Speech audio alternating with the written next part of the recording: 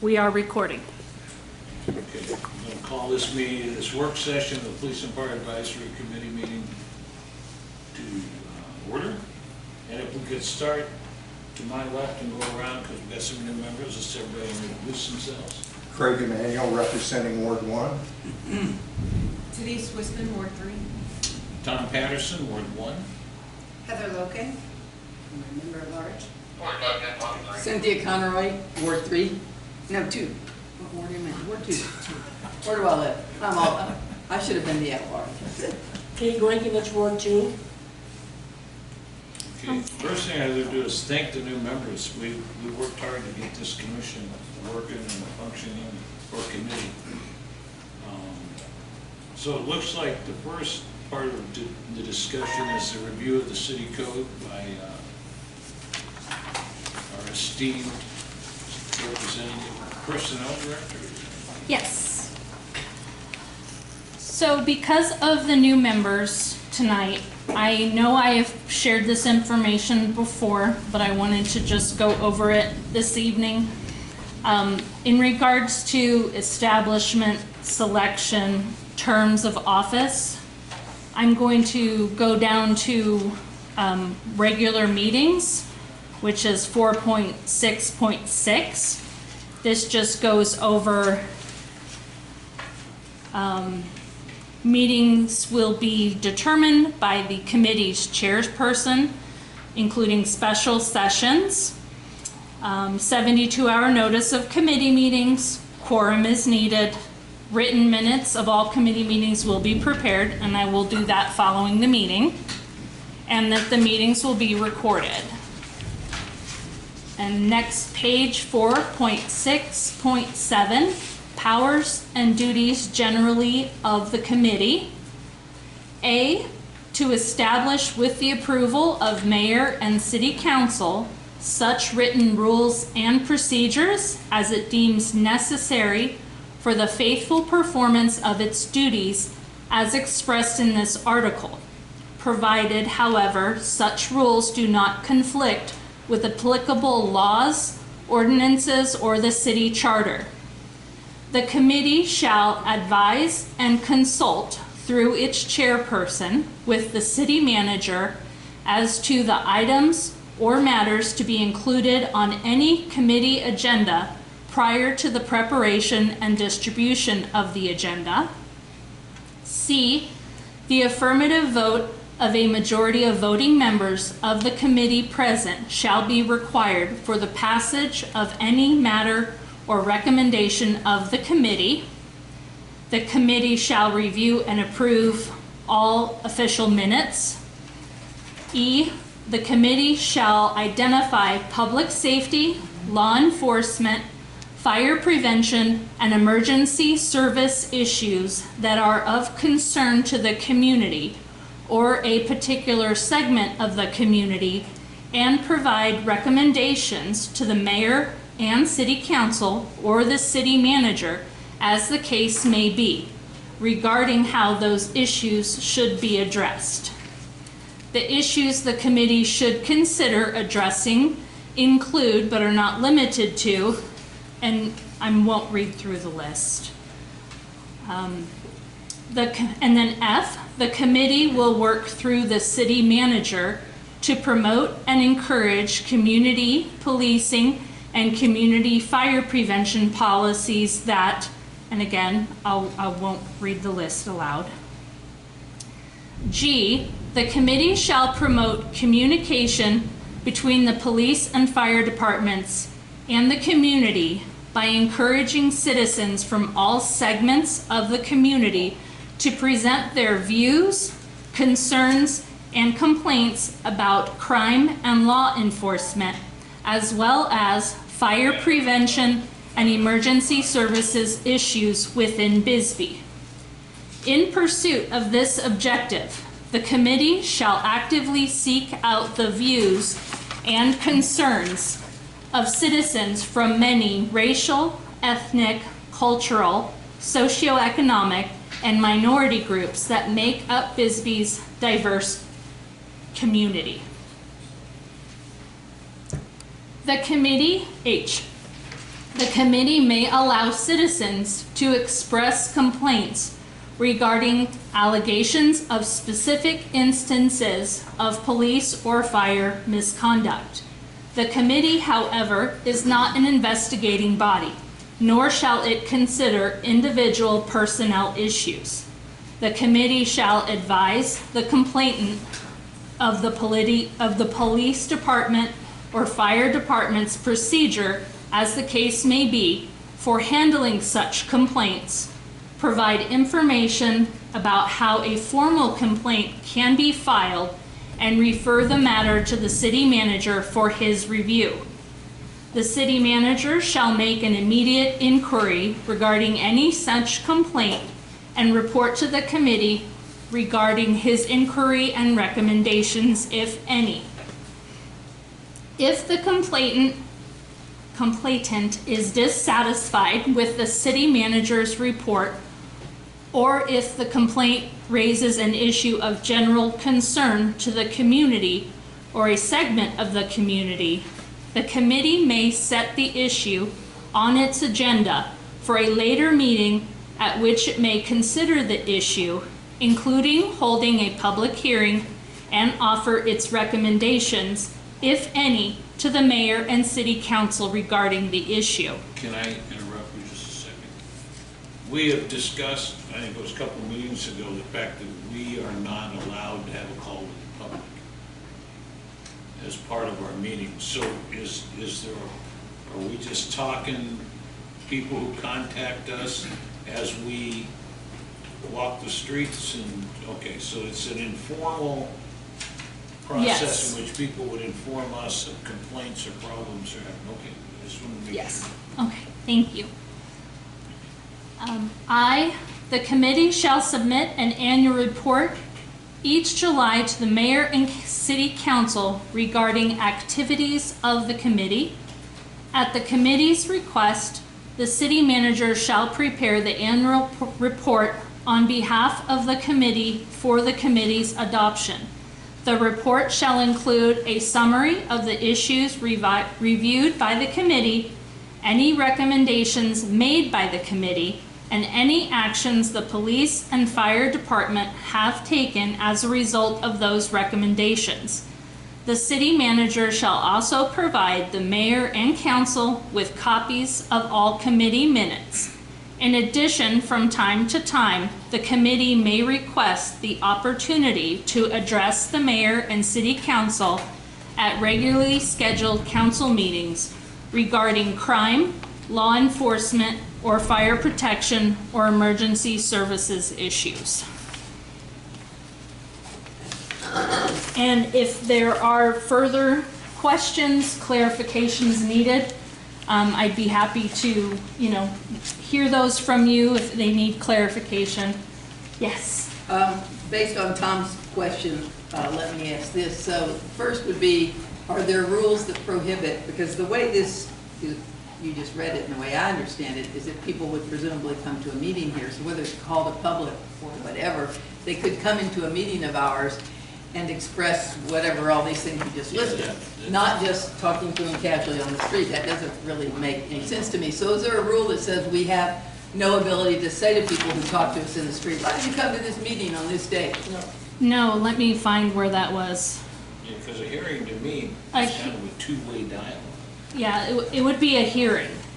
If it was an issue that required, it was discussed between the chairperson and the city manager, something that they wanted to go forth with at a meeting, and then consider a public, where I just lost it, public hearing. Okay, well, so are there rules that are printed, because it talks about written rules? Do any exist? Are there any written rules for the way we operate? The committee shall establish with the approval of mayor and city council such written rules. So this committee's been going on for years. I was on it a few years back. Back then, it wasn't functioning. Who knows if it will again. But anyway, my point is, are there any rules that we can look up somewhere for ourselves? I will double check, We but tried to put a call to the public on the agenda, I don't know, 3 meetings ago, and we were nixed on that, saying that we did not have the right to have a call to the public. I will clarify with the city clerk, Ashley Coronado, in regards to if whether or not it's an open meeting law or whether it's Riggins rules. There are other resources where that comes from. So I do not have the answer for that tonight, but I will follow up with the city clerk and address the rules. I just want to clarify that I don't want to spend time writing rules for how we should operate. On the other hand, if there are some that already exist, given the longevity of this committee, it would be nice to know what they are, but I certainly don't see us as I was rule. surprised when we couldn't have a call to the public. It would be nice if there was a way of facilitating that, but Mr. Chair, is that in the charter, or? I don't know the answer to your question, but I just wanted to elaborate a little bit. 4.6.7 are your rules. To the degree which they've already been adopted by council, those are your rules. If you wish to expand upon or otherwise modify those rules, that would have to come by modification to 4.6.7, which would have to be recommended to council and discussed and approved by them. But see, our understanding was it was in the city charter that this committee would not have a call to the public. So I don't have a city charter in front of me, so I can't look it up, but I don't recall seeing it. because it would, I mean, I think it would aid greatly in making this commission where the public can come in and ask questions and we can get feedback, but being mute. I'm hoping that wherever that information came from, it was done with sign off from the city attorney, because that would be a legal issue, I think. Okay, well, we look to you. I've made- I'm not that good looking. Yeah. That doesn't matter, and I'm not used to you not having some kind of backdrop behind you.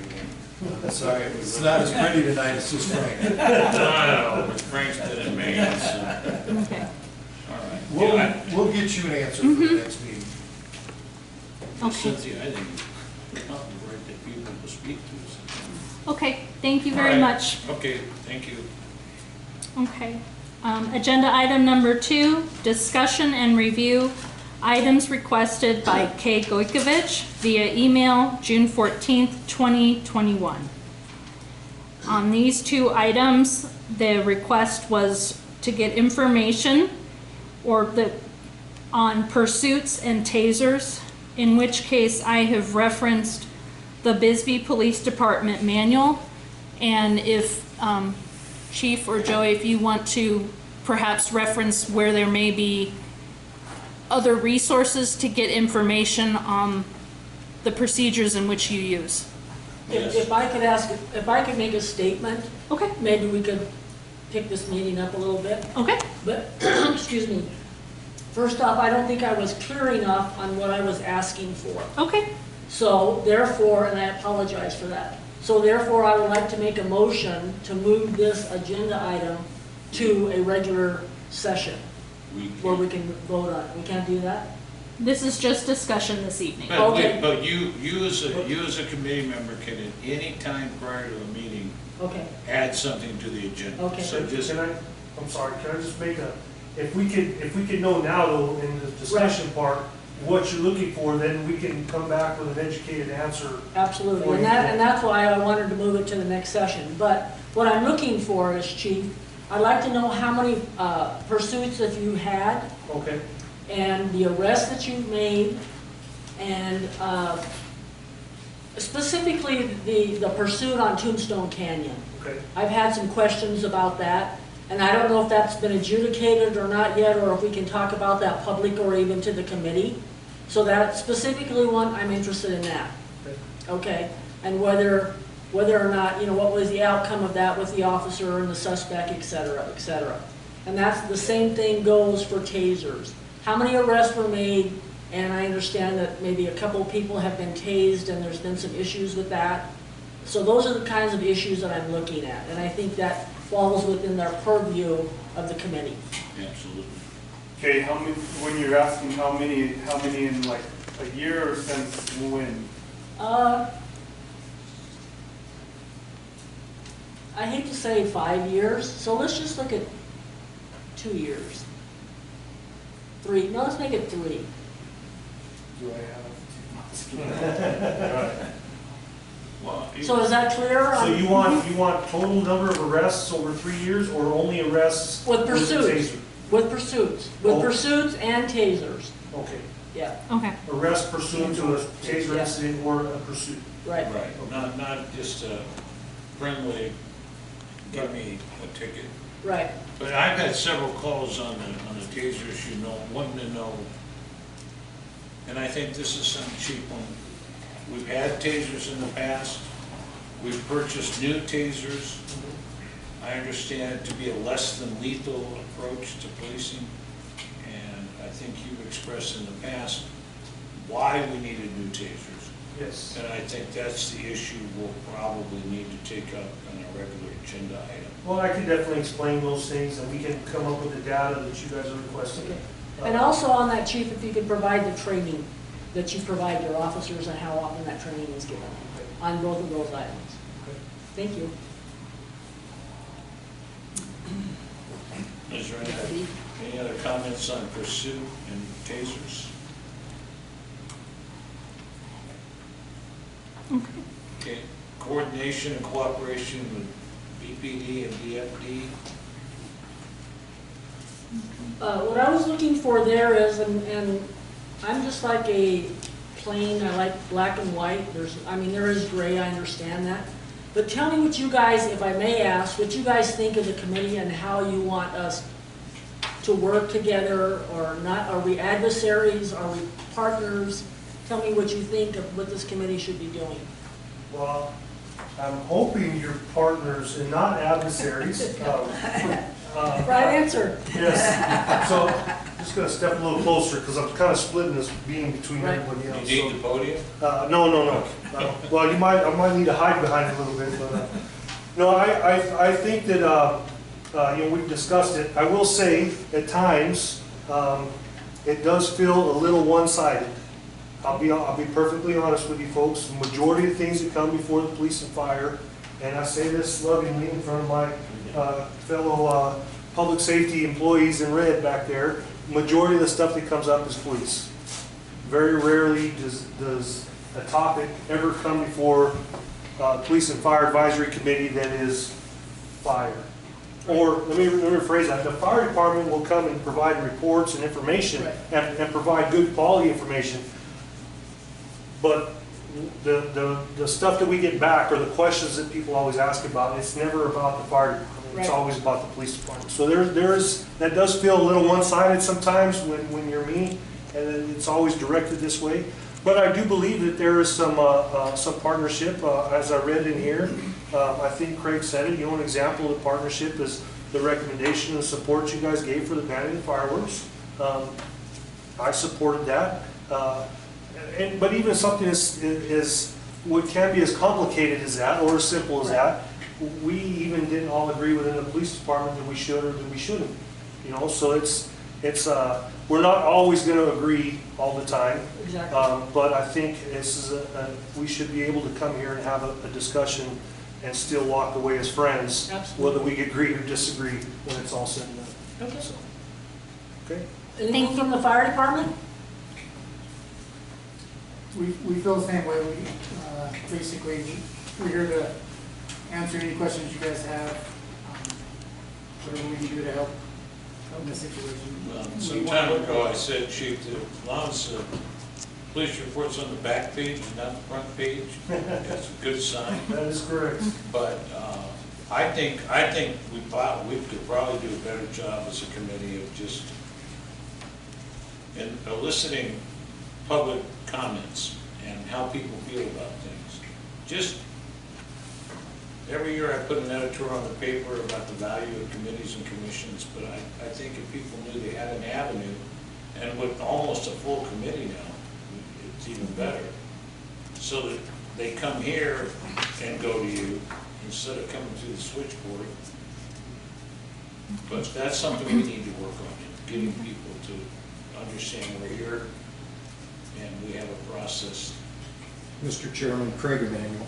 I had the identical item on under 4B, which is the same topic. So I guess I'd like to just chime in that I think the effectiveness of our committee is somehow incumbent upon this dialogue of information between the police and fire and this committee and the exchange back and forth, and that close working relationship that we're seeking.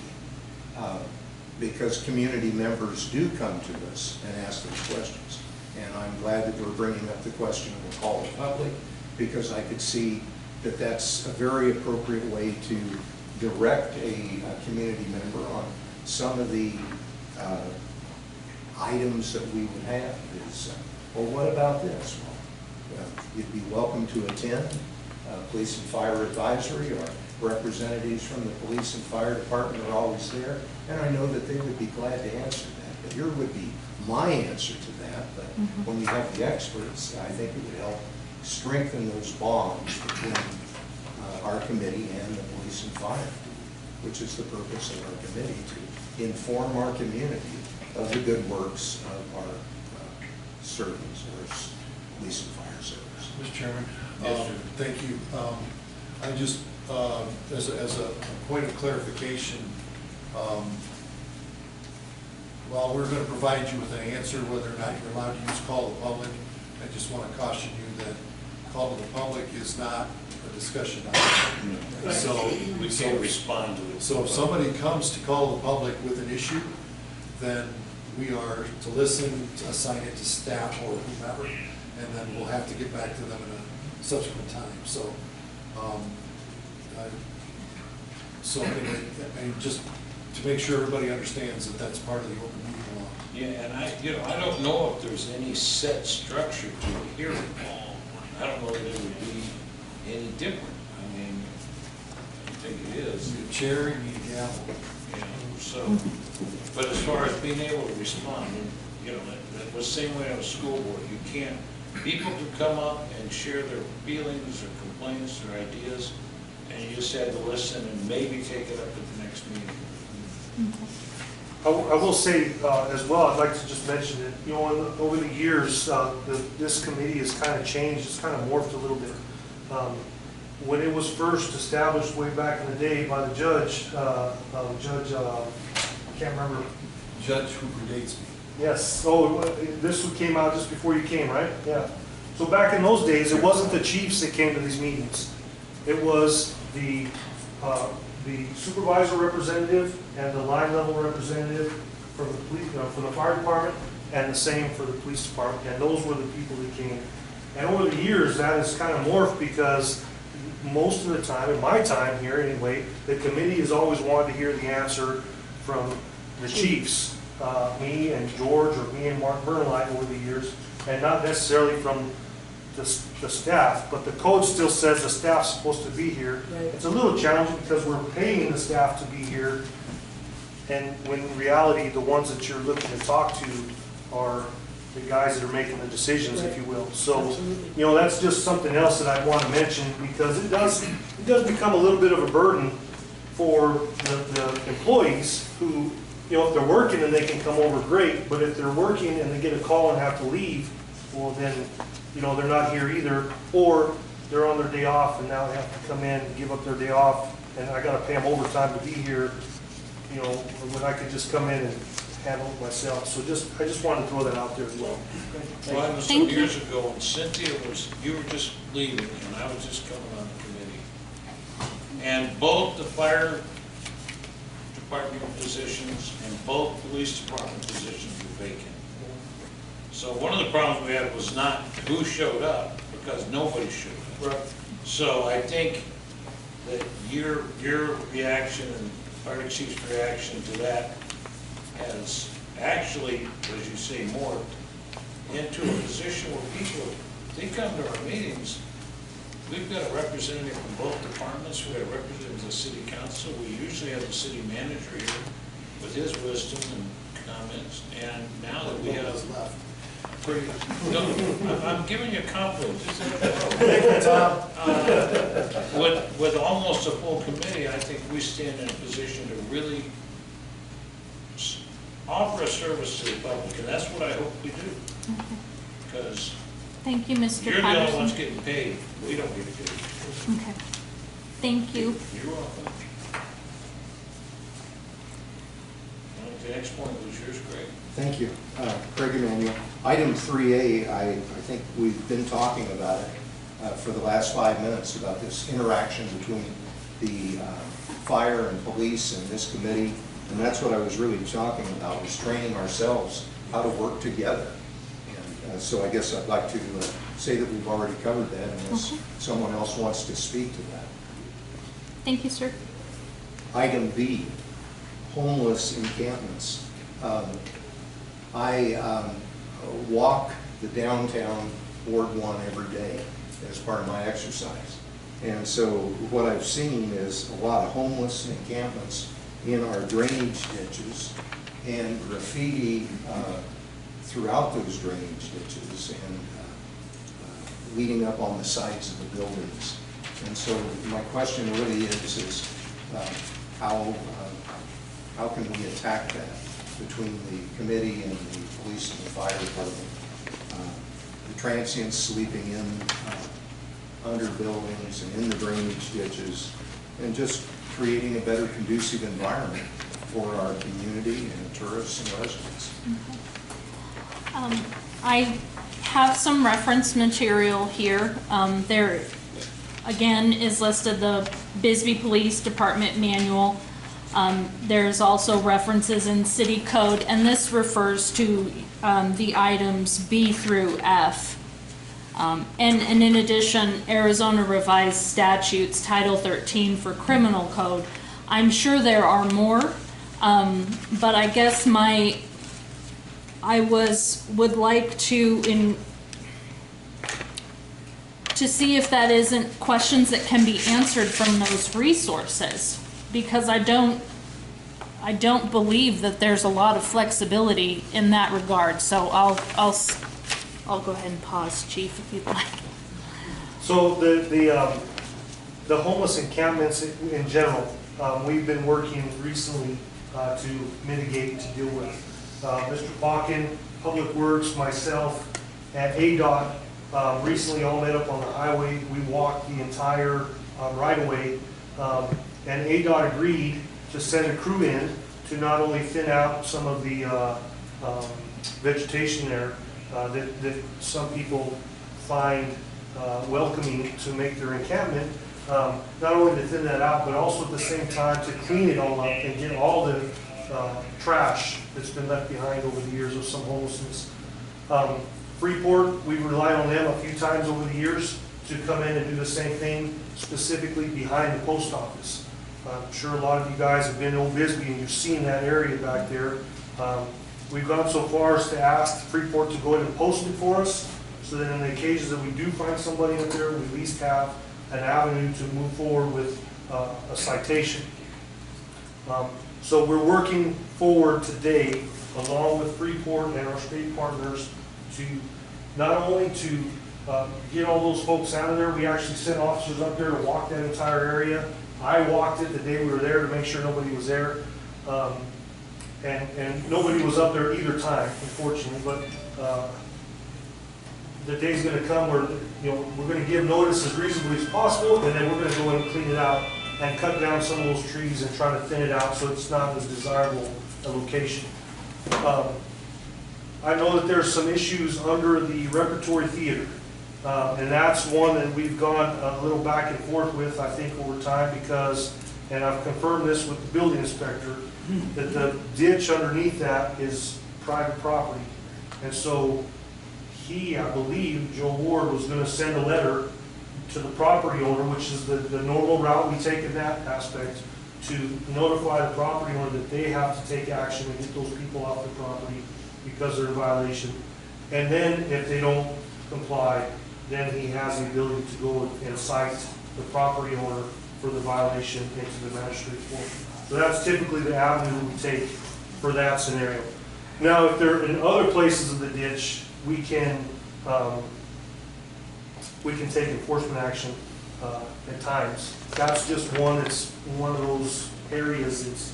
And how they got control of how they own the ditch, I mean, it's just kind of mind-boggling, because none of the other properties are like that, or very few of them anyway. The graffiti's always a tough one, and it's been a tough one my 20 years here. I mean, I can remember Ben Reyna taking spray paint cans and going and at least spray painting over the garbage dumpsters, so that at least they wouldn't be graffitied. We go through, you know, it's peaks and valleys. You know, there's sometimes it's worse and sometimes it's not as bad. But again, if we were to catch somebody, or we were to get a report, if somebody were to witness the act of graffiti going on, and they called it in, and they left their name, and we got a statement from them, or video footage because they picked it up off their doorbell camera or whatever it is, we would actively investigate that and attempt to issue citation for those responsible. However, most of the graffiti that happens, we find out about it a week later, 5 days later, and by then, figuring out who spray painted the wall is, I mean, it's just, it's almost impossible at that point. So that's the one thing I would say to the public, that if they witness those things, then they call, but they have to be a witness for us, because if we didn't witness it, we need somebody to come forward and say, I saw this and I'm willing to testify, or at least get that ball rolling for us. So that's the challenges that we deal with. Any questions on that? Go ahead. I just want to ask about this when it's on private property. So underneath the Repertory Theater, which is owned by an out-of-town guy with a local representative of Mike and Rob. Mm-hmm. Exactly, but I can imagine if I owned it. Exactly how would I go down there and get them out of the gulch? Hi guys, I need you to move, because if you don't, I'm going to call the police. Well, that's what I would say, but of course you've just told me, don't bother to call us, because these people are on private property and we don't go on private property. So now, if it becomes an issue where we need to get involved, then yes, we will get involved. Okay. But we have to give, the property owner has to give them the first. And I will tell you, in my career here, many times, the building inspector, the code enforcement officer over the last 20 years has had to go to people who own private property who gave people permission to camp or to live in means that weren't acceptable to the city. And so just by telling that person, I understand you let these people live here, or if you did let them live here, that's not acceptable and you need to ask them to leave or change this situation because it's not right. Or they may in fact want to allow them to live there, in which case your hands are really tied. Well, but at that point, if they continue to violate that, then the code enforcement officer has the ability to issue the citation to the property owner as the person responsible for that property.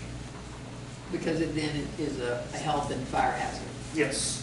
Well, and in all honesty, I mean, it's even a hazard to them as well, you know? I mean, it's not a safe place to be. Not this time of year. Yes, not at all. So. They're probably not there today. I don't think they are. Yes, sir. Mr. Chairman, Chief Achave, would it be possible to post the drainage areas and no trespassing, lives lost beyond this point, similar to the one in front of the old Leary, you know, that is mining property? And what I see is a lot of tourists that are confused about, you know, the drainage ditches. We see children attempting to climb down in them at various times.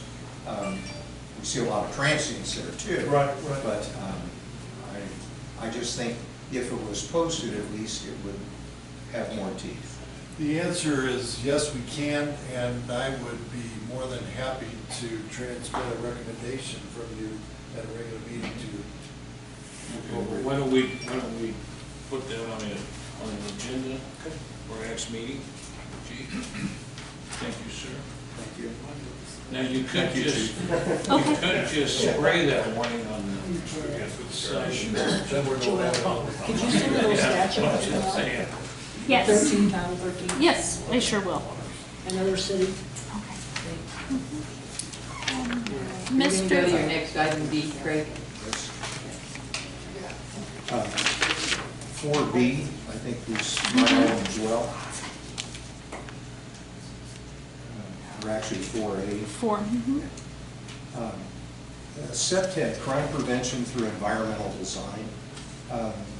you know, I know Bisbee is so unique with its history, but from my experience in law enforcement, we had great successes using SEPTED, crime prevention, just through environmental design and looking at everything we did, certainly everything we built, to minimize any damage to the property and to keep visibility high for tourists. As I go down through the old downtown historic area, I see areas that could certainly use SEPTED. For instance, going down the stairways coming from the Copper Queen, and we've got that lovely garden area, but there's too much brush there. It's a great place of concealment after hours, and yet it's a lovely idea.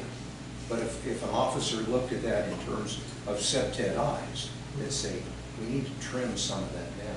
It's lovely, and the people enjoy the flora and the fauna, and it's a magnet to the tourists that come to our town. But What area was that, sir? coming out of the Copper Queen, you go. Oh, down Grass like- Park, okay, Mhm. okay. The new garden area. Yeah, Yeah. it's gorgeous, and there's public restrooms there, and You mentioned that you had worked on this previously. Can you share resources or examples or reports that you've done? And we can either add that as an attachment to an agenda item or just a reference document so that we would have the opportunity to see I'd be glad see the to, details. Mr. Chairman, I'd be glad to present that as an agenda item next time. Both some of my references of SEPTED, but it's just a good way of looking at crime prevention. You look at the glass on this building, and is it visible with the trimming of the trees, and Okay. visible from the parking lot? And so certainly will provide that information. And just as a story along with that point, on more than one occasion already, there's one particular homeless fellow, now he'll move around, but he parks his cart in front of Grassy Park, and at night, he sleeps in those big bushes right next to the nurse's old building, the Flagler Law Building. Yeah. He's sleeping in that bush a lot of times, maybe not tonight because it's raining too hard. But if you know he's sleeping behind that bush, then either the bush needs to go or I needs to go. I mean, Yeah. And Mr. Chairman, Craig Emanuel, I'd like to commend the officers. They know each of our homeless residents, and oftentimes I'm fuzzy on their name, but they'll tell me the name and what their most recent contact. So we're having a lot of contact with them. But I guess I'd like to see what crime prevention through environmental design, how that might help us with that issue. Okay, thank you, sir. And C? C, yeah, CC. I've seen us struggling, like so many cities, for lack of funds, lack of resources. We'd really like to do this, we'd like to do that, but if we do that, it's going to cost us money.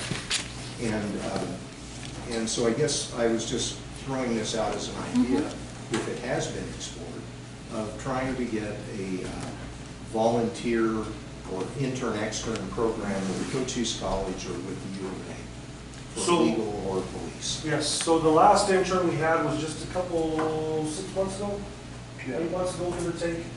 We had a young lady, and actually we got her from Douglas PD. Chief Fuller down there had an intern, and the job he had her working on ran out, and he didn't have any work for her, and he called and said, she's got to finish her hours, and can you help me? And so we brought her in, and she finished off her time here with us, and we evaluated her, and I think she gave us about a month. And it works out. We've had several over the years, interns, both Cochise College and from the U of A. And they've been good. In fact, one of the police officers that we have working for us today, our newest police officer, she came from an intern program through the Cochise College, correct? Through Cochise College. And it is a good resource. It's still a little bit of a challenge, and it always is, but we have looked to them to try to bring those recruits in. We would love to have the opportunity to hire somebody who's put themselves through the academy. With our most recent academy here at Cochise College, they're making a lot of improvements, and they're growing that academy quite a bit, and it's good to see. But every year, or every class, there's a few people that put themselves through out of pocket. They pay for it, they put themselves through, and we would love to get the opportunity to recruit one of those ourselves and pick them up. But they go to service to PD or Cochise County before we ever get a chance. And they're the instructors. And not that, I'm not saying that to short them, those agencies at all.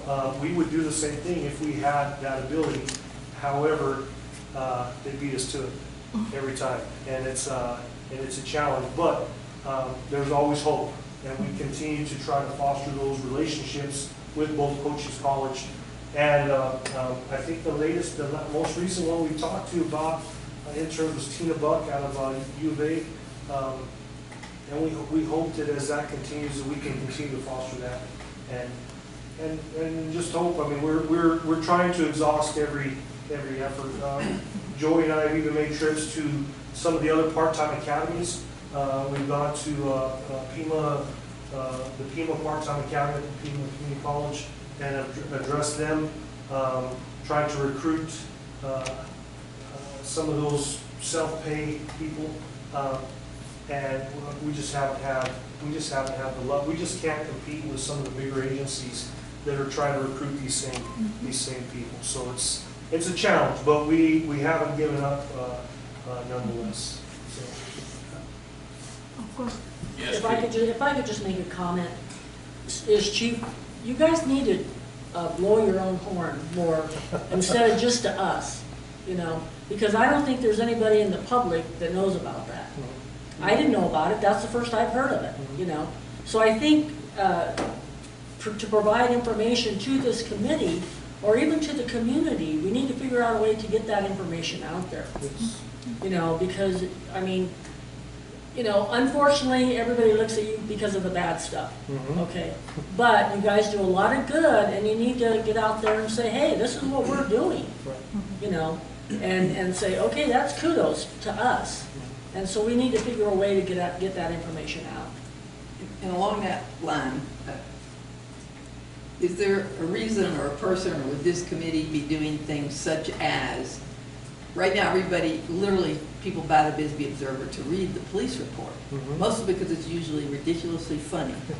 And they look for the funniest one, and then they all talk about it. The most outrageous, oh, can you believe this happened? And so it used to be the Sierra Vista Herald, back when Robert Wick had it, they used to have those comments from the public, and everybody bought the paper to read the stupid things people were saying to one another, excuse my French.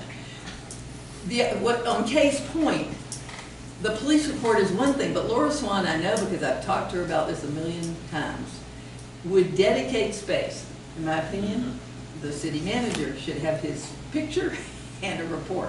The mayor could do it the next week. The chief of, this is what the Herald did when I worked for the courts, the Superior Court Judge Warwick.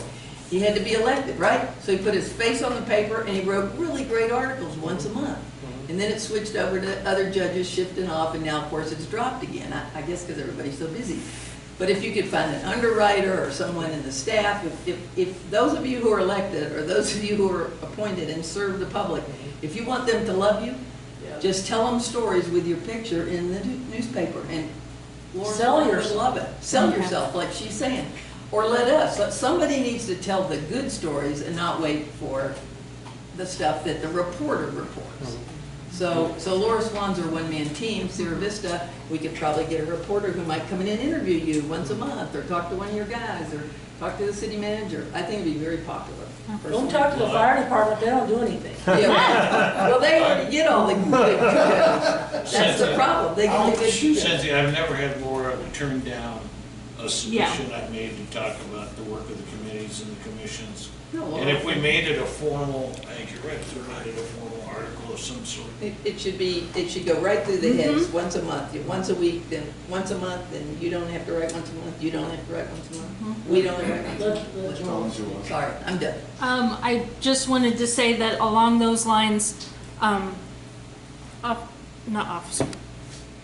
Firefighter Klein, and he arranged a fire extinguisher training Yep. at City Hall today, and we did have Laura Swan, because you called her, because he knows, and also the Sierra Vista Herald were there getting names, taking pictures. So we are moving in that direction, but I wanted to say that's a wonderful idea, and it was, for me personally, it was much less scary than I thought it was going to be. So it served its purpose. And I also wanted to just mention, kind of tail on real quick, that in addition to getting back into doing job fairs, we have recently kind of reconnected with Eric Grisham at Arizona at Work. In the end of the month, they are going to be having a public safety job fair at the mall in Sierra Vista, which we are already signed up to go. We've already been in discussion, thinking perhaps having a couple of the younger officers, instead of, the chief can be intimidating sometimes, but to kind of show that these young guys, I mean, I think they're both 22 maybe, you know, that this is a career. And so we are definitely working that direction, and now that we're getting able to, you know, have events, and this mall at Sierra Vista is indoors, and it's a good venue, and so we're looking forward to working with that contact as well. Mr. Chairman, one other avenue that just opened up to us, KBRP now has a new station manager. He contacted me right away after he started working there with a request to do what might become weekly interviews. And he interviewed me last week. I don't know when it's supposed to be on the air sometime this week. So in the process of talking to him, his name is Mark, I suggested that he didn't want to talk to the city manager every week. He wanted to talk to some different aspect of city government every week. And so you could get a take on public safety, public works, elected officials, maybe even you at some point. And so he's going to continue to interface through me, and he's going to ask me who to interview next time. So it's fortunate that this discussion came up. Thank you, Craig, for bringing that up, because I think that this stimulates my thinking in another direction, and that is to get involved with our citizens committees as well. And so, because I think, you know, we're always looking, as you know, because you're always promoting membership on committees, and this is an avenue where we've got an open mic to tell people what our committees do to help with recruitment, just like we need help with recruitment for city employees. So that's brand new, just started. With the timing, Cynthia, with the timing, there might be a chance for you to discuss both the police commissioner and the upcoming events. It would be a pretty good discussion. Well, one thing about radio and promotion in general, having done it here for a long time, is that when you do that radio, it goes away really quickly, but you'll find, and Steve, you know this, you've spoken publicly a lot, the biggest thing is to find those key phrases and then write them down, and then take that and write that article for Laura Swan, Right. and to make a program so that each one of your government people and or committees, because if people know to look for that, it helped the papers. The reason Sierra Vista Herald used to love it, and would love it again, if it was taken to their editorial staff, is that it sells papers. People really do want to know what everybody who's doing something, what they're doing, you know? And since you're doing so much that doesn't get recorded and reported and celebrated, somebody has to decide that is important. And I can tell you, from watching Warwick for 20 years, it was important for the court and for him personally, and I think it'd be a great thing for Steve, for you to start organizing here. Because nobody's going to do it unless you tell them to. Chairman You Patterson. give me too much credit. Oh, I don't know. In following back up on this for a second, I know the struggle of getting certified police lines and qualified firefighters, and the delay that you have from the time you have a vacancy until you actually have them to where they can operate on their own. After you get them through your FTO program, and how a line can stay vacant for an exceptionally long period of time until you start getting productivity out of it. I would love to explore with you some of the things that we have done in the past to salary save those lines and to create not police officer lines, but just a body in that position that could turn into a police officer. And I'll cite you one who I had the pleasure of meeting today after many years not seeing her, was Dottie, who's one of your part-time dispatchers. Bisbee PD started her years and years ago through the high school, and she came up through that high school program, a vocational program, and then we stole her away in the sheriff's department. But so there's a lot of talent, and I guess I'd just like to explore all those options because I want to see us be at full strength all the time. Right. And it is definitely a challenge, as you said, and I think I've said this to this committee before, but there's some new faces that may not have heard it. For the police department, the average time it takes us to replace a police officer is 1 year. Yep. When I get 2 weeks notice, they give me 2 weeks notice that they're leaving, going someplace else, and it'll be almost a year before I have somebody, standalone officer, to take their place. And so you can imagine if we're already shorthanded, and then we lose 2 or 3 officers in that time period, it doesn't take long for us to get to half our capacity, and that's detrimental because those that stay behind have to pick up the slack, and it's hard on all of us, both physically and mentally. And so yes, we are definitely always looking at that, and I'm sure that's a conversation that we can get in a little bit more deeper. I'd love to have that conversation with both of you. Yes. Right. Well, you know, when I was sitting on the school board, I approached the possibility of the city police department working in a career and technical education, but the sheriff already had snatched that whole area. And the thing is, it doesn't seem like in a lot of those programs, even if it involves very strongly Bisbee students, Bisbee people, that we benefit from. And I don't know whether there should be a parallel program, but... So I'll tell you, being involved in the schools for as long as I was, and then now having a child in that exact classroom today, there's a lot of benefit from it. From back in the days before when Commander Hauser was running that, before he retired, he did some wonderful things with those kids. And I think we might not have benefited directly, like for the police department, but as a community, I think we benefited for sure.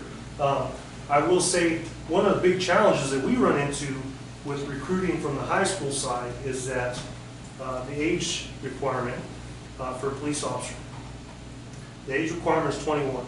So from the time those kids graduate, most around 18, to the time they're 21 and eligible, they're off in Tucson, or they move to Phoenix, or they want to experience. Most kids, and we can tell you, when you get out of high school, the first thing we say is, Bye-bye. we're out of here. Yes, we don't want to stay here. Some of us come back, as we've shown, but a lot of us want to get out there and experience life and the big city, if you will. So keeping those kids here is tough, and when there's so many opportunities elsewhere.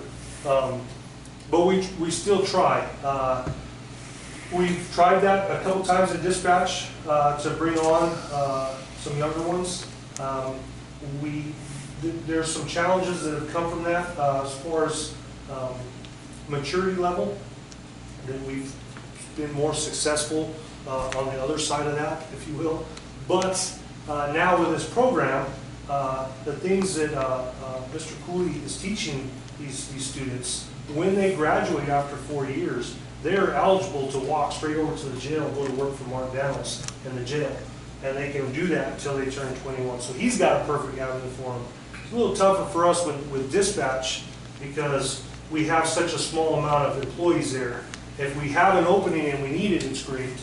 And they come in with some skills and some radio familiarity, if you will, that they can step into that position pretty easy with a little bit of training. So the hope is we'll have that if we need it, but I'm just grateful that we have it because it's helping law enforcement as a whole. Law enforcement as a whole has gotten a black eye over the last couple of years.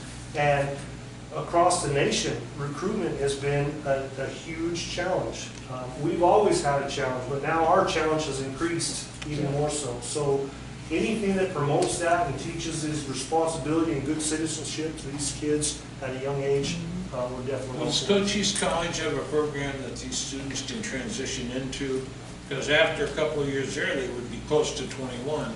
Correct. So part of the academy now, that we now have at Cochise College offers that. So these kids can go through, they can graduate the academy if they want and come out of it with an associate's degree in criminal justice. So there's a huge benefit there, and it does help us, but again, the challenge is those good candidates, if you will, are going to Sierra Vista PD and to DPS and to Cochise County Sheriff's Department. And a big issue with that comes down to pay. I mean, that's just, it's not a secret. I mean, we all know that. We cannot compete with the pay of Sierra Vista PD or Cochise County, and we're not even in the same book as DPS. The pay raises they've got recently it's been great for them, but it's hurt us small agencies quite a bit. So, and a huge border patrol presence. I've known a number of young people who've yes, gone that route. Mr. Chairman, if I may. Yes, sure. Chief, so I know pay is a big issue. It's no surprise. But are there other things that especially new officers are looking for? So like when you go out to the colleges, what are they looking for in their first department? Things that we can do, because we're not, I mean, we can't change the pay here. right. So I will say the one thing that we've been able to provide is because we've always had a pay issue. Right. But at least we provide a welcoming department, if you will. And we are we don't always get along, but we're all family, so to speak. And we try to provide a good place for them to work, and a safe place where they can work. And we try our best to provide them with the best technology or at least equipment that we possibly can. So we've made some really big steps in the last couple of years. We've gotten brand new tasers. We've gotten some new police cars. There's 5 brand new police cars out. Well, they're a year old now, but they're, to us, Dude was 8 years old instead of 10 years old. So we're in a good place right now. We're authorized this year for 2 more. So the hope is to get 2 more police cars. That'll be a big deal.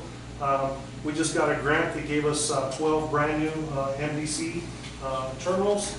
We're working on another grant that's going to put printers and scanners in the car so the guys can do the e-ticket, not have to write them out by hand anymore.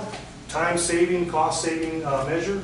So those things, support from the community and support from mayor and council are huge. And if they have a department that they feel like they're making a difference and they feel like they're supported, is a big deal. I'm going to tell you, body cameras is a big deal. We haven't been able to get those through, and it's needed. It's a huge need. Our staff, our employees want it, because that body camera is sometimes the footage that they need to show that they didn't do anything wrong. And we need that. We need to protect our employees, but also if we have an employee who's doing something that they shouldn't do, we need to have that evidence to hold them accountable for that as well. So it goes both ways, and that's a big deal. So, Chief, are you tracking it? I'm sure you've already probably applied for it, but they just earmarked a whole bunch of funding for rural cities and counties for body cams specifically. Do you have that info? If not, I can. If you send it to me, I'll appreciate it, yes. Yeah. So we did get, and I will say, Mr. Pocken did put us some money this year in body cams. In fact, the same amount that I asked for last year. The scary part is, COVID prices are here and everything costs more than it did before. The other scary thing is governments sometimes look to the cheapest way possible. And that's not always the best way. And the cheapest isn't always the cheapest because it takes more time to do it and we gotta pay somebody even more. But those costs have to be factored in. A lot of people aren't great big fans of our Axon because they're so big and they have such a high price tag. But it is simplistic. It's so simple. It's on, it's off, it's download, it's redacted. All that software and all that storage, which is the big hard part, because some of those videos we have to keep forever. That's just the way it goes. Some we can get rid of over time, but there's a retention schedule for every one of those that we have to be able to follow and deal with.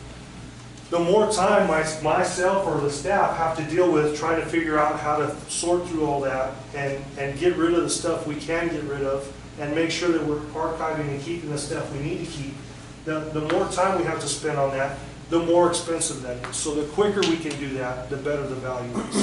So I'll just throw that out there as my little spiel on that. So we're looking into that now because we have a little bit of money in the budget. The hope would be to find something that would cover us for a year or two. I'll give And it to you tonight. I appreciate it. Sir. Denise, to answer some more of that question, I know that I've talked to younger officers who went to other agencies and stuff and asked them like what made them pick that agency just out of curiosity. And a lot of it honestly comes down to, for lack of better words, curb appeal. Right. It's like when you're selling a house, I mean, it's gotta look nice to get them to come in, right? So a lot of them, service the PD, Cochise County, they see these shiny new cars and they see this, this equipment that they have, and of course word gets around, if they get a lot of training in their department because they got a budget for training, if they know that those agencies offer a lot of advancement, things like that. As a younger officer, they don't care about a budget, what the budget is. They see what they're gonna get, you know what I mean? So they're seeing like the new cars and stuff like that. So like the chief said, I think that's helped us. Also some of the, which in this department, I think we're pretty fortunate because I just got done talking to an officer who's been here like about a year, maybe a year and a half. And the training that he's gotten, he wouldn't get it anywhere else until he's been here at least 5 years. So we've tried to do our part to try to, sell that as well. Like when you get here, you can be a general instructor. As soon as you're eligible, we can make you into a DUI, have all kinds of DUI trainings and everything else like that. So, but it's trying to get them in the door and then let them see that, you know what I mean? Right. So. And that brings up a good point. You talk about the age or the time and service of our department. We're very, very young police department. Considering our city is as old as it is and the police department has been around as long as it has, we're a very new police department. Majority, in fact, all of our patrolmen have less than 5 years of service with the city of Bisbee. Less than 3 years. Less than 3 years. Our senior guys just about ready to hit 3 years as senior patrolman. Senior patrolman. Now, when I started, the senior patrolman had 15 years. Yep. Today, the senior patrolman has 3, and that is that sometimes causes some sleepless nights for Joey and myself. We hope that we train them as best we can and give them all the tools they need, and we've been very fortunate because I will say, although we have a young department, we have a very, very good department. We have some very good officers right now that I couldn't be more proud of. So I just want to say that as well. We've had some hurdles to overcome, and we've come a long way for that. So, anything else, Joey? I was going to throw something. I see you. My reputation precedes Yes. me. Well, the other thing, it's Bisbee. I mean, I really think that the city has a lot of appeal, and we've got a lot of press, and we have, yes, ma'am. Oh, no, one of my wild ideas, and it's a curveball. I would like to work, and we've discussed it many times, of working towards some sort of advertising campaign where we can specifically identify, say, an officer who has worked 15 years, 20 years, or they're between 2 and 5 years away from retirement. They've worked in Phoenix their whole career. They've peaked with their salary and whatnot. And then promoting Bisbee as quality of life. Come, retire here, cost of living is less traffic, all our fun activities. And I love this idea. I need help like grabbing everything and putting it together, because I do think getting in Phoenix papers, Flagstaff papers, Tucson. Yes, ma'am. Oh, you're my person, huh? Yeah, sure. Here's one of the big things, like, how what they send out when they got the school board president they have right now? I had given to whoever, I don't know who, Bisbee Bogink has a fly to Europe or drive to Bisbee campaign. I've seen those. They sent those postcards out to all the candidates for the school board jobs. Carol Loy, she did it. Okay. So that alone, I'm sorry, BBI has been working 30 years, and we've come up with the mottos that work not only for the Bisbee 1000, sold out 2 months after it opens, getting calls all the time, please let me in, sorry, we sell out within a month and a half, you better. Okay, so that event has proven that people come here, they love it. That campaign was supposed to go out to Scottsdale, but the city of Bisbee has never had much of a commitment to selling itself. Just like, we all get so busy doing our job, but nobody, and the PR people that they've had, blah, blah, blah, and everybody does their own little thing, and that's the way it is. But that campaign alone, developed by Lizanne Michaud, who worked with me for years, I spent 20 years trying to come up with the right saying, and I woke up in the middle of the night and said to her, you can fly to Europe or drive to Bisbee. Well, now that you can't even fly to Europe, it's really a hot state. Okay. And so that alone, I think if we can remember that our history and what we have is exceptional, and I've lived in Florida, Colorado, California, and Bisbee. Well, there's a reason I live here. This is a wonderful little town. Some of the people are wonderful, some of the people are not so wonderful, but the town itself, the history, and the sales, and the stories, and it's all about storytelling. And you do have, and Steve, now I just want to say one other thing, and I'm done. For years, all I've heard is, oh, it's so sad, we can't keep people, oh, we've got this young force. Well, how happy are we? We should be celebrating that we have turnover, celebrating that we have a young force, because that's really the better part of life, is to keep things moving. Then your idea on the other end is look for those older people who just want to move here for retirement, which I guarantee you there are a ton of. We had a discussion, Chief, if you remember a couple of months ago, on the fact that we hear about all these police officers taking early retirement, leaving departments all over the country, and many of them are leaving with pretty good retirements. Yeah, and they love their work. They love help. I mean, a lot of them are helpful people. They could come here with a retirement pay base, and this would just be extra money. So I will say that the part of where the housing initiative, you guys have been watching the council meetings lately, the housing initiative, part of where that morphed from was a conversation with Joelle and with one of my volunteers who's a retired deputy on the PCSO and the city manager, to talk about, if we had a place, if we had a house that the city had that we could open up, or a trailer park that even just had a trailer on it, and we could offer to a retiree in ASU or in Phoenix PD or Tucson PD and say, listen, come down and be a reserve officer in Bisbee for, come and work 1 weekend a month. We'll give you a place to stay. You work 1, 2 8-hour shifts in the weekend. Bring your family, cool weather, see the sights, and trying to talk about how we can bring some of these folks in. I will tell you, Fritz has spent a lot of time with both TPD and PCSO trying to get retirees to say, hey, even after you retire, come down to Bisbee and you can keep your certification. You can come down and work, they'll pay you a little salary, and you can work part-time just to help multiply our force. and bring some of that retired knowledge back in that we might be lacking. You know, some general instructors who can do some trainings for us. You know, it doesn't necessarily have to be in a patrol car patrolling the street, but come in and give us a training once a month on whatever your specialty was where you were at. You know, things along those lines. Joelle's trying to take that for us to the next level, and we haven't got there yet, but I think that is definitely the direction that you know, we have to do something, because what we're doing now is not working. Absolutely. So, Right. anyway, Well, I you just gotta wanna throw look it at out the there as things well. that are non-monetary, and we have a lot of non-monetary benefits here. Well, and one of the things too that you have is, wasn't Bisbee just voted the #1 place to come to or visit or whatever? So many times, Yes. different, yes, different venues, yes. Absolutely, and so you take off from that and you start, Is that mine? like the chief said, you know. Yeah. But if I want to make a correction for Cynthia, What's that? if I may. After retiring, and I'm not bragging, but after retirement with 34 years of law enforcement, seniority does have an important part in the police. Okay, it most definitely does.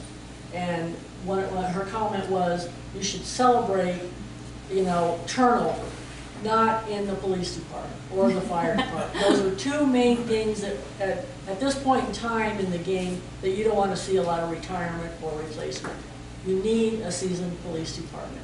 And I applaud you, Chief, and the Deputy Chief for doing a great job in what you're doing and continuing to maintain what you're doing with understaffed.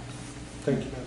So, Well, last year, I think it was, we discussed the committee recognizing right.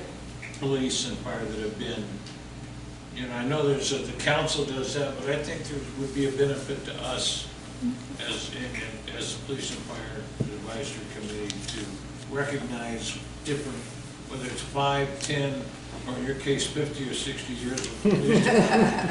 But, you know, I think you can't give people enough recognition and let the public know that these people are, you know, the people that have been here for a while, that's quite a commitment, given salaries and everything we discuss about every meeting.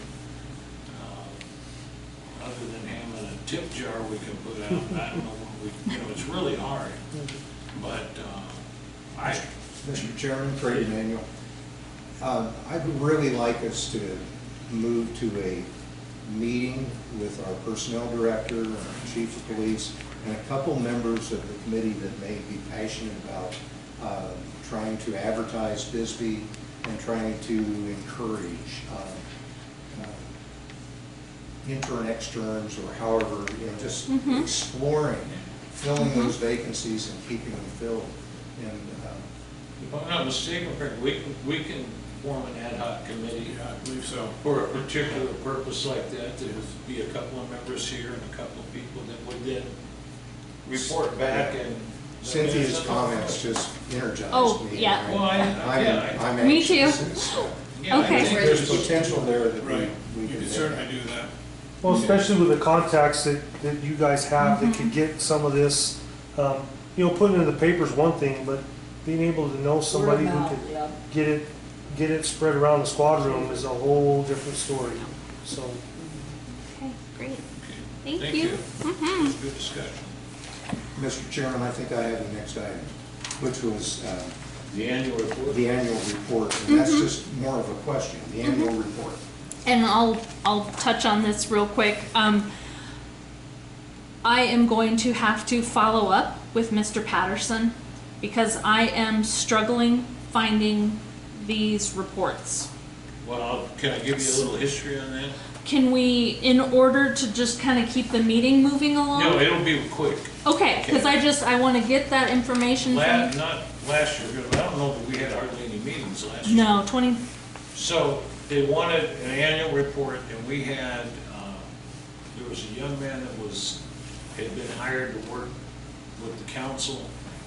And he came to the meetings here, and he was writing the annual report, and then he quit. So I wrote the annual report based on the minutes that I could pull together from the previous year. And it was more of a recap of the year. I think that was 2019. Yeah, because I don't think, well, it would have been written in 2019, but would have covered a year or two prior. Okay. Because there hadn't been a report written.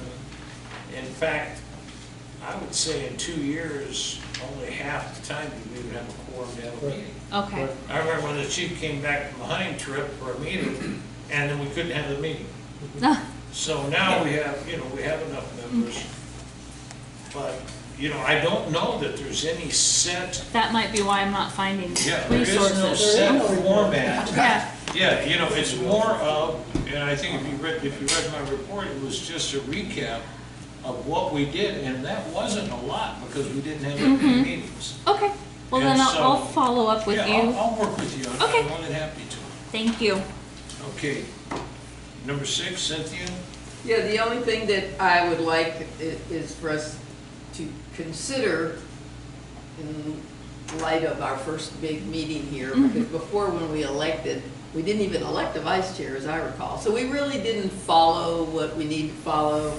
We've got new people and we've got a lot of new information on how people work and lead. And I just think we could, have a discussion about a chair and a vice chair and let. We could elect a new chair every meeting if we wanted to. There's no requirement over time. In the past 2 years, we had a vice chair. I was it.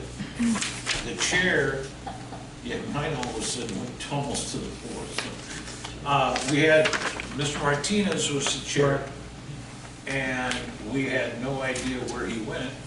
And he sent a letter to the city manager that he had gone to California, found a job, and wasn't coming back. So most of the meetings that I chaired was as the vice chair, because the chair wasn't here. So I think we just put it on the committee, on the agenda for next time. I'll make We'll note elect of that. a chair and a vice chair. Okay. And it is 1-year terms. Yeah. So, okay, I'll make note of that. Thank you. So what's the situation with my election at the last meeting? I just think we should relook at the chair, vice chair. I mean, I don't have an issue other Okay, than. well, I no, think I'm talking new about people- this. I didn't know was I signing on for a year? Yeah, Yes. it turns out you might have been, so Yes. if you want to resign. No. But we've had a number of, new members If you join. want to put so- on the agenda about salaries for the chairs. Yeah. One of the things I've tried to stress in some of the editorials is that, these are citizens with a lot of experience that volunteer their time. I mean, what we have right here, if we were to advise some group across the country, we'd charge them a fortune for our advice. Because there's a lot of experience sitting here. And so, Yeah. it's just really good to see 6 people here. Yes, it I really is. appreciate it. I know Cynthia's worked hard, Craig's worked hard, but we can discuss that. And Craig, abandoned vehicles? 7A, abandoned vehicles. I guess what I've seen, and I think this is probably a funding issue, is I see them tagged, and then they don't get towed. And I'll see the license plates removed on a disabled vehicle that's sat there for months. And so I assume it's a funding issue. So, it's a couple issues. Is that one still down from the postal market still there? 2 of them. In a bus in a city parking lot for 15 years on Walsh Avenue. So I will say, as you two especially know, because you've been around here long enough, parking in Bisbee is and has always been a challenge, to say the least. Over the years, we've been directed by city managers to say from this point on, everything's enforced parking. And we've gone with chalk and marked every tire up Tombstone Canyon and come back 2 hours later and started writing tickets. And within the first 15 minutes of that, we usually get a phone call from somebody at City Hall saying, whatever you're doing, stop, because it's bad. It's bad. So we try we try, and we're not always good at it. But that's one that I directed some folks to look at just the other day, so I'll revisit that at my station, the one with no tires specifically. We don't go actively looking for parking violations. We just don't, one, we don't have the manpower or the time to support that because our call volume is usually pretty high and there's typically only 2 officers working. So to spend the time that it would take to enforce all the parking in Bisbee would be quite a challenge. Now what we do is when we get a complaint, currently right now the big parking issue is the Franklin School parking lot up on Upper Drive, the big dirt parking lot. We've had somebody who's complained. I've spoke to her on the phone, she's talked to a few officers, and we've now started the process to go up there and to clean out that parking lot and deal with that. Once we get that squared away, we won't come back and continue to check those things because until we get a complaint, then we'll go back up and look. We're just not looking for those things specifically. The other challenge that we deal with is that Barnett's Towing and Bisbee Towing are no longer in Bisbee. Oh, wow. Yeah, there's no telling. Yes, Mr. Don Barnett retired and sold his truck, and he said he's done. Mr. Kevin Dunlap has stopped towing cars a number of years ago, and so we have no local tow company. And the challenge is that when we need to tow something, our closest tow truck is Barnett's in Sierra Vista, and they have a priority to both DPS and Sierra Vista PD on the contract to respond to them within 15 minutes. So we get put on the back burner. So it's an even bigger challenge to deal with a parking issue or an abandoned vehicle, to take the time for an officer to go there and wait for sometimes 45 minutes to an hour for a tow truck to come when calls are stacking up. And it's bad enough we have to do it for accidents. We have to wait for them to come to get cars. And then we'll speed it up a little bit for us when it's vehicle blocking on the highway or something like that. But we just don't have the luxury of our own tow company. Now, in the past, we've even kicked around the idea of the city buying a tow truck and staffing it with city employees and just having them respond, so at least we'll have something local, because they go to ARG anyway. That just hasn't come about. But having those 2 companies no longer, and Rogers Border Service was another one we had for years. To go from 3 towing companies in a small place like Bisbee to none, we definitely feel that. So there's a little bit of background behind Chief, thank you for the explanation, and thank you for your hard work. You might need some backstory. Sounds like it'd be a good business for someone. Yes. Cynthia. Yes. But just along with that, so I understand that, like so many things, until the wall falls down, we don't fix it. Until somebody complains, you don't go there and do it. Wouldn't care long enough to know that. But I believe Craig brought up or used the phrase over and over again to make it welcoming to tourists, to make residents feel like they live in a caring city. And so that's why graffiti is a problem. And the studies have been done. Things that people see. They see lots of homeless, they see lots of trash, they see lots of graffiti, and they see lots of abandoned cars. If they're tourists, they just take us off their list and fly to Europe, drive to Bisbee, and get override it. If they live here, like all of we do, and we can't walk without being aggravated, then you get on committees. That's why we're all here, right? So, at least that's part of my motivation. So, is there any way that we could brainstorm this in terms of when there are events, and there's one coming up in 2 months. So I've noticed that the homeless people go and hide that weekend. I don't know why, and I'm really happy about it. I don't know what makes them go and hide, but over the years they appear to disappear a couple of days beforehand. But the vehicles do not, taking up space that they've taken up, because they don't run, or we've let them sit there for so long. So everybody says Bisbee has a parking problem. I say Bisbee only has one parking problem, and that is that not enough people come here to park. And that aside, you and I have had this discussion for my event of 2,000 cars and people fit in here, and you don't ticket them, which is a really good thing to not do on that particular day. or not ticket them, and I remember the incident you were talking about, because you went right before a holiday on a big tourist weekend, and tourists and everybody on Commerce Street, everybody got tickets. And you could almost hear the people outroar because there hadn't been any warning. It was a stab in the dark. I don't remember if Steve did it or who did it, I but think some it was, CM I got think all it was the excited. previous city manager before Mr. Pocket. Yeah, well, Yes. anyway, whoever did it, that's a bad idea, because what does Bisbee lack? Warning. It lacks Warning. signage. Yes. You can't all of a sudden ticket people if there's no sign that says, hey, you can't park here, or it's 48-hour parking, and everybody knows the car's been there for 3 months or 3 years, you know? Well, and I'll take it a step further than that when you talk about signage, because myself and the public works director have had this conversation a few times. He's not from Bisbee. No. He came from Casa Grande, and so when he does anything involving traffic, he goes to the traffic manual. And I will tell him, we'll discuss the parking spot that should be no parking, and I say, we need to paint that red. And he's like, red only means no parking in Bisbee. It doesn't mean no parking to anybody else. You know, just painting it red doesn't make it no parking.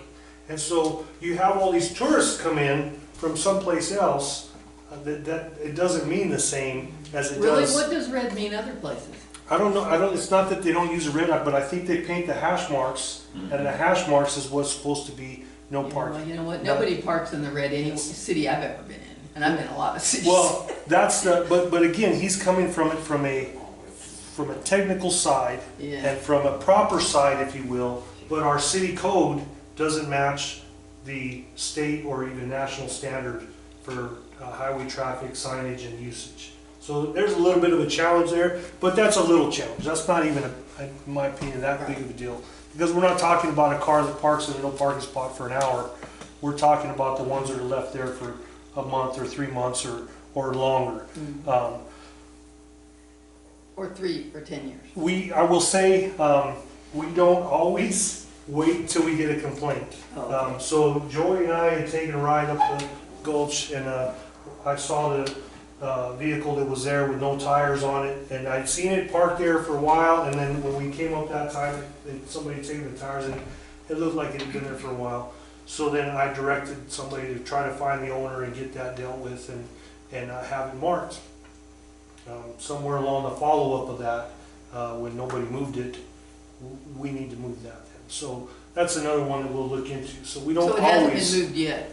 No, well, that's what I was just confirming with Craig, but it's not always waiting until we get that complaint. Right. There's sometimes when we see these egregious violations, we will take action. But we're not actively going around every day with chalk and marking every single tire and waiting to Sure, see. sure, you know. and you know, I don't even think people want you to, because that makes Right. an unfriendly environment. Yes, for yes, tourists. I don't want to.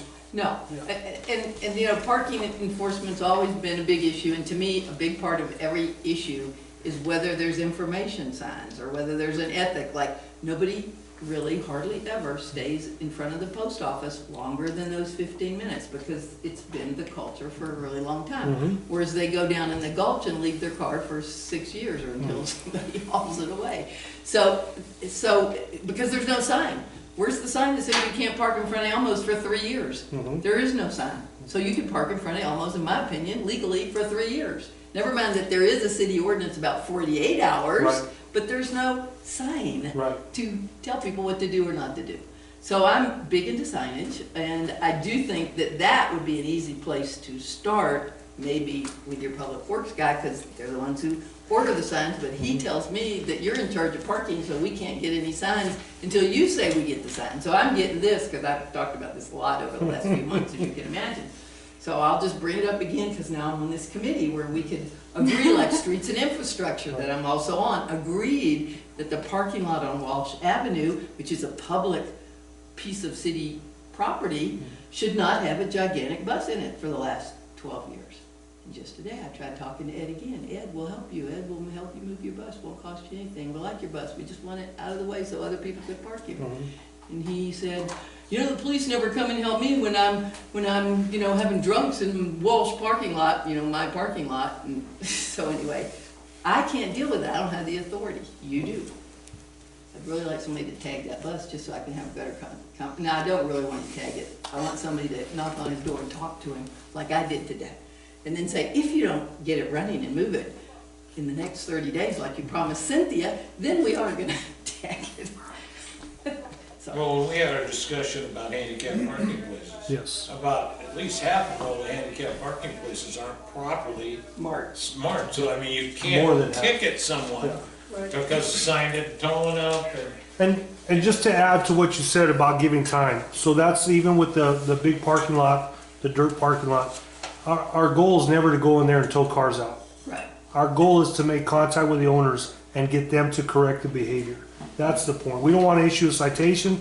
We don't want to try to get a tow truck up there. We've done it, and we'll do it if we have to, but we'd much rather you air up your tires and move your car before we have to tow it for you. So Yeah. we always try to do that, and we make the attempt to contact the owner or the responsible person, and we give them that time to do that.